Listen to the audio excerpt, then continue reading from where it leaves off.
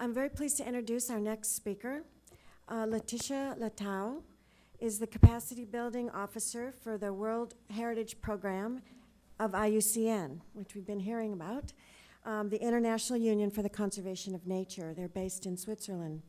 She's been involved with World Heritage settlements and cities, and has also been a member of the delegation of Switzerland to the World Heritage Committee. So she brings a lot of experience. Leticia.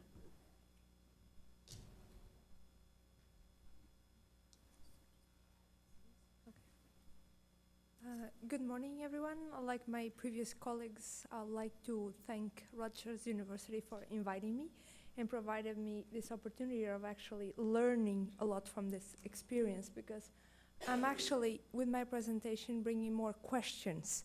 Because as Susan rightly said this morning, because I'm going to talk about World Heritage, but the World Heritage Convention is shaping sort of larger theory and practices in conservation, but is very much being shaped by what is happening at a broader level.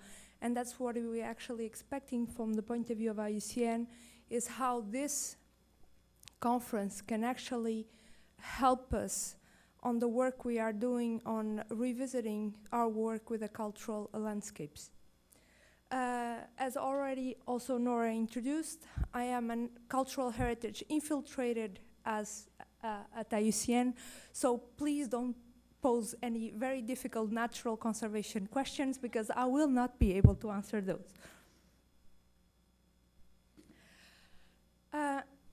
As I already mentioned, I'm going to talk about the work of IUCN and the difficulties we are experiencing with working with the cultural landscapes. And I mostly want to focus on this idea of the interaction between man and nature in the convention. As Mechtild, in her presentation, rightly mentioned, the idea and where it evolved, the idea of the cultural landscapes in the convention, is what is stated in the typology of sites under Article 1 of the convention, and that is the part of the combined works of man and nature. Article 2 of the convention defines what will be considered as natural heritage, and I always like to show the two different articles to show the weight, the equal weight that was given in the convention between cultural heritage and natural heritage. You know, there's an article for cultural heritage, there's an article for the natural heritage, but each of these articles are built within three typologies. You know, there was three typologies for cultural heritage, there's three typologies equally on the Article 2 of the Convention for natural heritage. But as you see in there is no reference in this larger definition for natural heritage to the combined or the interaction between man and nature. That is under Article 1 for cultural heritage. At present, and that is the main point of my presentation, we have 10 criteria for the assessment of outstanding universal value. This is a recent set, because until 2005, there were two sets of criteria. There were 6 natural cultural criteria, and there was 4 natural criteria. They were called cultural 1, 2, 3, 4, 5, and 6, and natural 1, 2, 3, 4. In 2005, with the revisions of the operational guidelines, they were brought into one set. So now we have 1, 2, 3, 4, 5, 6, 7, 8, 9, 10. However, although that effort of bringing them into one set was towards further integration, in practice, there are still 6 cultural plus 4 natural. It's just that the numbering now is not natural 1, 2, or 3, or 4, it's 7, 8, 9, and 10. Very important, and that relates also to the part of the cultural landscapes, is the changes to the criteria after the adoption of this typology of cultural landscapes in 1992 that Mechtild and Susan already mentioned. The changes to the criteria were made in 1994. It was also a very important period at the revision for the convention because it was when the center was created.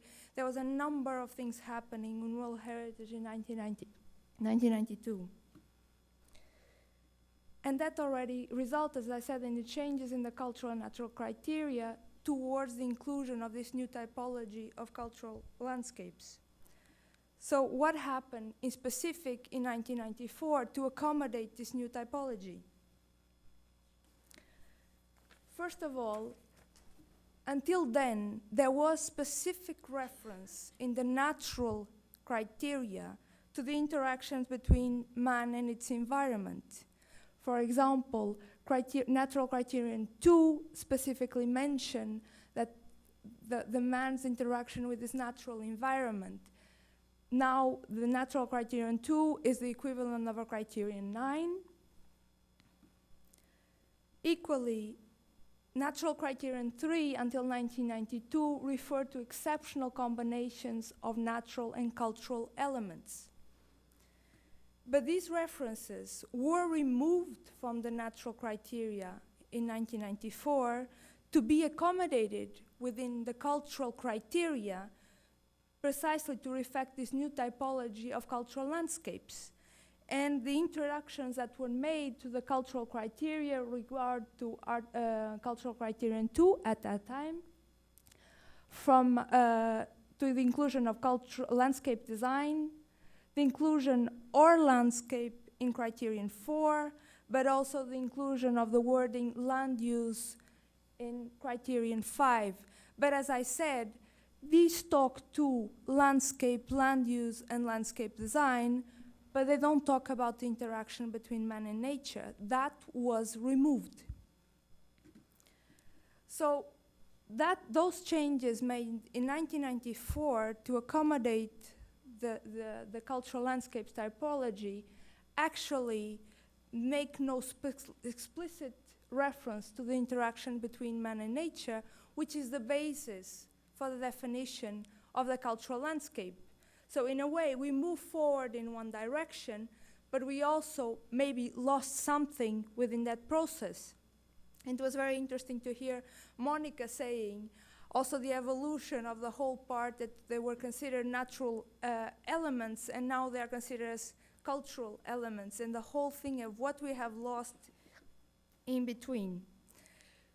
To give you a specific example of where IUCN is struggling because of these changes that were introduced, the site of Tassili Najer in Algeria, which is a mixed site, and it was inscribed in 1982. At the time in 1982, IUCN evaluation considered that this site met natural criterion 2 and 3, because it was a remarkable example of the interaction between man and its environment, but also included phenomena of outstanding beauty, and that's what we have in criterion 7 now. So when we had to go through this process that is now happening within the World Heritage Convention of actually doing what we call retrospective statements of outstanding universal value, where we are actually defining and developing these statements that at the time did not exist because that concept was not in place. We have a site that the records show that it was inscribed precisely because of this combination between man and its environment, but the current wording of the criteria don't speak to that. So when we were going on developing this new statement, as you see in the justification for the criteria, the cultural criterion 1 and 3, there are some reference to the way the sites testifies as particular living manner to climate change, changes in fauna and flora, but it doesn't really speak to that interaction that was initially assessed for the reason for the inclusion on the World Heritage List. So when we came to write, and we're working with the state party on this, on writing the justification, the retrospective justification of criterion 7 and criterion 8, because of this present wording of the criteria, we really didn't know very well how to do it, because we don't have that anymore. However, we felt that it was extremely important. It was the reason why it was included on the World Heritage List. So we felt that we still needed to accommodate it somewhere there. So there was a reference to humans lived in this area by developing cultural and physiological behavior, adapt to the harsh environment. We did mention that the rock art of the Tassili Nigeria is the most eloquent expression of relationships between human and its environment.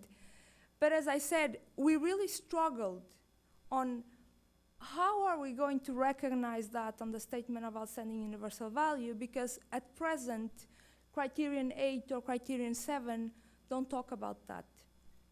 Criterion 7 is about superlative natural phenomena, natural beauty. There's no mentioning to interaction between man and nature.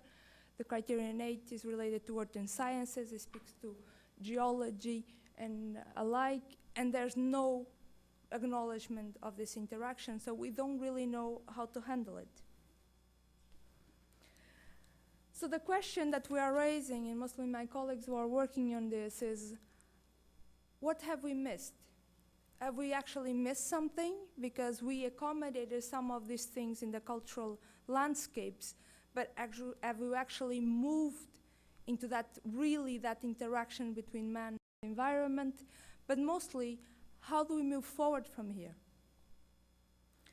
So IUCN is, and we're presently working on that, the colleagues are working on things like policy developments in relation to human rights and indigenous peoples, because for indigenous peoples, and also as Monica was mentioning, in different cultures, these separations are not clear. But we're also looking, there's a specific piece of research that one of colleagues is working on, and we're really looking forward for its publication, is on the relationship between the World Heritage Cultural Landscapes typologies and the IUCN protected areas categories. So the question, and this is why we are so interested in participating in this conference, is there a need for further revision in the criteria to further reflect this interaction between man and nature? Because from our perspective, in terms of, we really feel that something somewhere was missed in these changes in 1994, and that explicit reference with the interaction between man and nature should be clearly reflected within this criteria. Thank you very much.